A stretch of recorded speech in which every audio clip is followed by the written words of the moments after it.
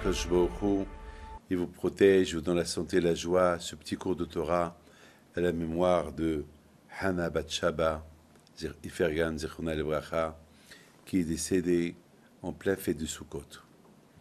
C'est une femme que, Baruch Hashem, j'ai eu les écoutes d'aller la visiter il y a quelques mois, lorsque j'étais au Canada. Et comme ça, un samedi soir, j'ai décidé d'aller lui rendre visite. Bon, je ne regrette pas, Baruch Hashem, que je l'ai visitée. C'est une femme extraordinaire. C'est bizarre que le jour qu'elle est décédée et enterrée, c'était exactement le même jour que son mari, il y a quelques années. Son mari aussi, il est décédé à cette même période. Et donc, ça veut dire, bien sûr, qu'il y a un lien. Mes amis, étant donné qu'elle est décédée à Sukkot, et nous, on est derrière Sukkot, j'ai lu une question. Une question, cette femme, tout d'abord, cette femme-là, c'était vraiment l'image de Abraham Abinu, Sarah Imenu, la émouna qu'elle avait. Elle avait une grande émouna. Elle savait qu'elle allait mourir. Elle a tout préparé. Elle a préparé tout. Elle a dit à sa fille, ma fille, voilà, le jour que je quitte ce monde-là, voilà, à sa fille seule, elle a dit, voilà le parfum, et voilà le savon, voilà l'once.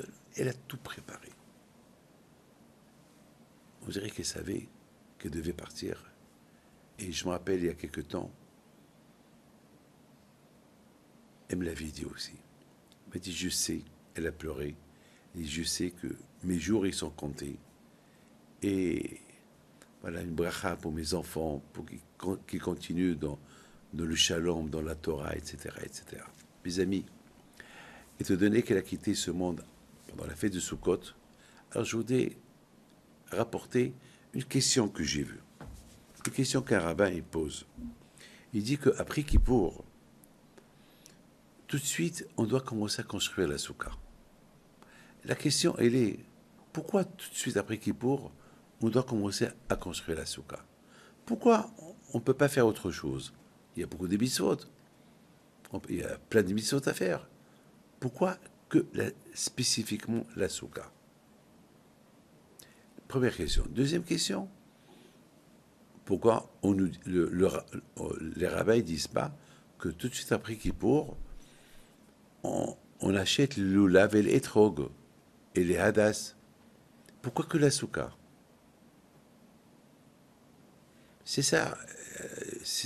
Si on doit préparer une fête après Kippour, une fête qui a un lien avec la fête de Sukkot, alors le etrog, le lulav, la harava, le hadas, pourquoi la soukha? Ou bien pourquoi pas une autre mitzvah? Mes amis, c'est ça les questions que j'ai vues un rav qui pose. Mes amis, il faut savoir une chose. Après Kippour,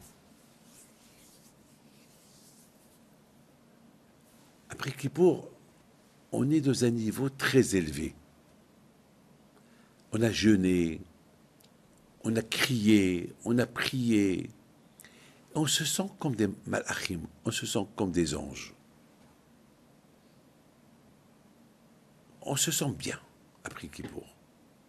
Et lorsqu'on mange, on commence déjà à tomber de niveau. On commence un peu à tomber de niveau spirituel. On est plus qu'on était à Kippour. Alors Hachem, qu'est-ce qu'il a fait? Il nous a donné une mitzvah qui s'appelle Soukha. La Soukha, c'est comme une boîte. Hachem, il veut qu'on renferme tout ce qu'on a acquis pendant le jour de Kippour dans une boîte. La Soukha, c'est comme le cerveau. La Soukha, c'est comme le cœur. On ne peut pas vivre sans un cœur. Et nous, c'est l'être humain. On se cache dans un abri. La soukha, c'est comme un abri. On cache ce qu'on a acquis pendant la fête de Kippour dans un abri.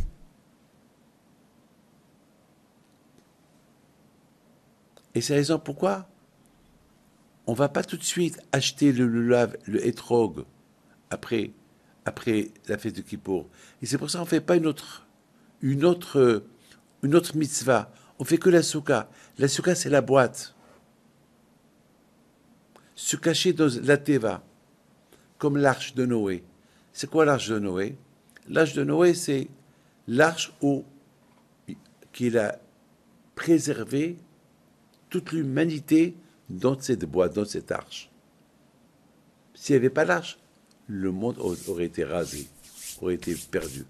Donc c'est grâce à l'arche qu'il y a l'être humain, qu'il y a les animaux, qu'il y a les grains, tous les arbres qu'on a aujourd'hui, tous les grains des arbres, tous les éléments, toute la nourriture, elle était cachée dans l'arche.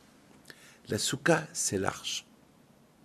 Hachem, il veut tout de suite qu'on commence à construire une maison, une souka, pour préserver dedans tout ce qu'on a acquis pendant ces fêtes-là. Et qu'est-ce qu'il y a dans la souka? Abraham, Yitzhak, Yaakov, Moshe, Aaron, David. On est entouré des tzadikim. Et il y a Hachem. Voilà, mes amis, pourquoi on fait la souka. On fait la souka pour se préserver et garder tout ce qu'on a acquis pendant les fêtes. Voilà, mes amis, la raison pourquoi on fait la souka. Voilà la raison pourquoi on ne fait pas autre chose. Tout d'abord, mes amis, un diamant. Pour bien le préserver, il faut le garder dans le coffre. La souka, c'est le coffre. Pour préserver le diamant, qui est le corps, qui est la tête, qui est le cerveau. Que le bon Dieu vous protège, et vous dans la santé, la joie, la prospérité, et que la mémoire de Hana Bat Shaba Ifergan reste en paix. Amen.